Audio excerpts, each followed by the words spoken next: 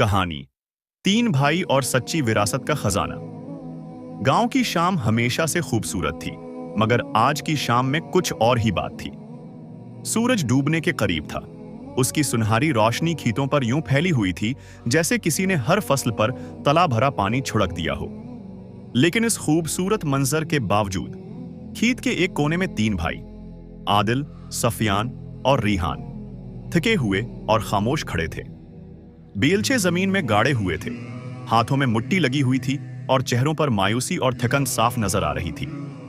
ये वही खीत था जो कभी उनके बाप हाजी यूसुफ का फख्र था, एक मेहनती, ईमानदार और समझदार किसान। तीनों भाइयों की तरबियत में बाप ने हमेशा यही बात शामिल की थी कि मेहनत सिर्फ जिस्मानी अमल नहीं, नीयत की पाकीज़गी भी मेहनत है। मगर हाजी यूसुफ कुछ महीने पहले एक लंबी बीमारी के बाद दुनिया से रुखसत हो गए थे। उनके जाने के बाद घर की खामोशी, खीत की वीरानी और जिंदगी की जिम्मेदारी जैसे सब एक साथ तीनों भाइयों के कुंधों पर आ गई थी। बाप ने दुनिया से जाने से कुछ दिन पहले तीनों को अपने पास बुलाया था। वो कमजोर हो चुके थे, मगर उनकी आवाज में हमेशा की तरह एतमाद और नरमी मौजूद थी। बेटो, मेरे बाद खीत तुम्हारे हवाले है, मगर याद रखो, इस खीत में वो खजाना दफन है जो तुम्हें दुनिया और आखिरत दोनों में फायदा देगा। तीनों भाई हैरान रह गए थे। रिहान ने पूछा, अबा, कैसा खजाना, कहां दफन है? हाजी यूसुफ हल्के से मुस्कुराए, ये तुम्हें तलाश करना होगा, लेकिन याद रखो, जिसने मेहनत की उसे ही मिलेगा। ये कहकर उन्होंने आंखें बंद कर लीं और वो आखिरी बात तीनों भाइयों के दिलों पर नक्श हो गई। महीने गुजर गए, लेकिन भाई बाप की बात का मतलब समझ न सके।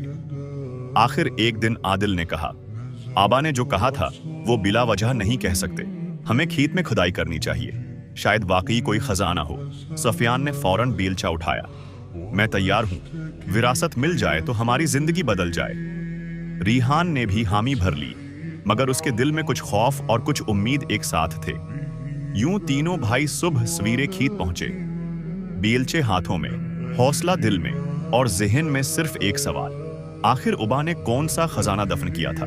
दिन गुजरता गया। भाई कई कई घंटे खुदाई करते, कभी मिट्टी नरम होती, कभी सख्त, कभी उम्मीद बढ़ती, कभी घटती।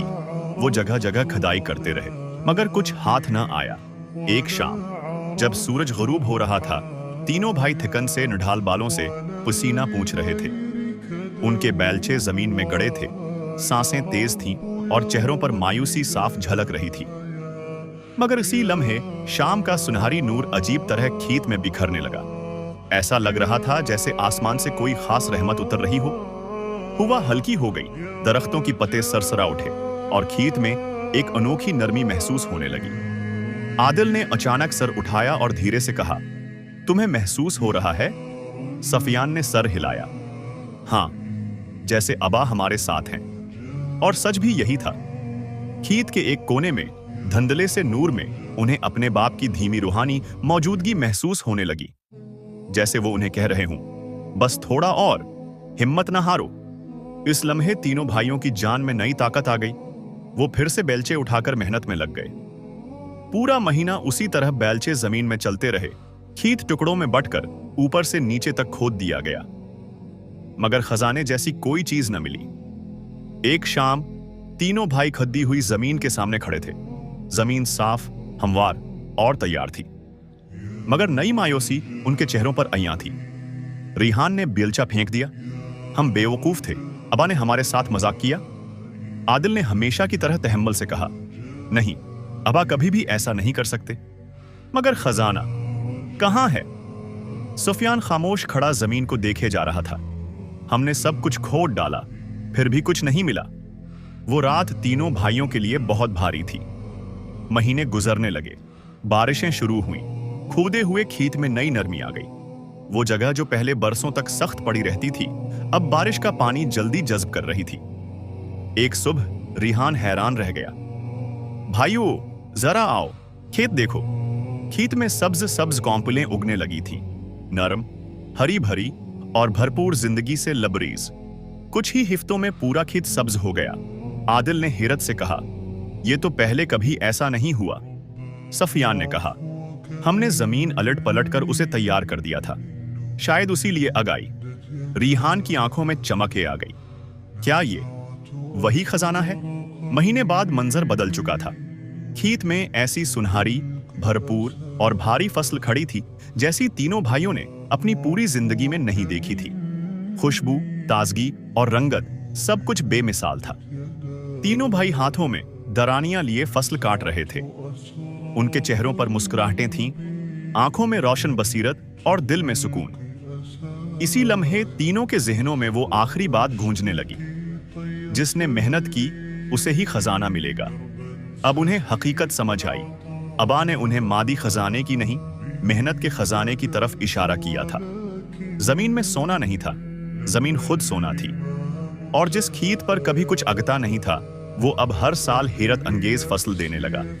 एक शाम जब तीनों भाई थक के बैठे थे, सहानी हुआ चल रही थी। फसल के खुशे सुनहरी रोशनी में झलक रहे थे। उन्होंने फिर वही रूहानी नरमी महसूस की। आदिल ने धीरे से कहा, आबा ने हमें खजाना दिया है, मेहनत का, इत्तिहाद का और बसीरत का। रिहान ने कपकपाती आवाज में कहा, हमने उबा की बात देर से समझी, मगर समझ ली। सफियान ने फसल पर हाथ फेरा, यही खजाना नस्लों तक हमारे साथ रहेगा। कहते हैं इस रात तीन भाइयों ने अपने वालिद की रूह को दिल में बहुत करीब महसूस किया, जैसे वो कह रहे हों, बेशक कामयाबी हमेशा मेहनत करने वालों को मिलती है।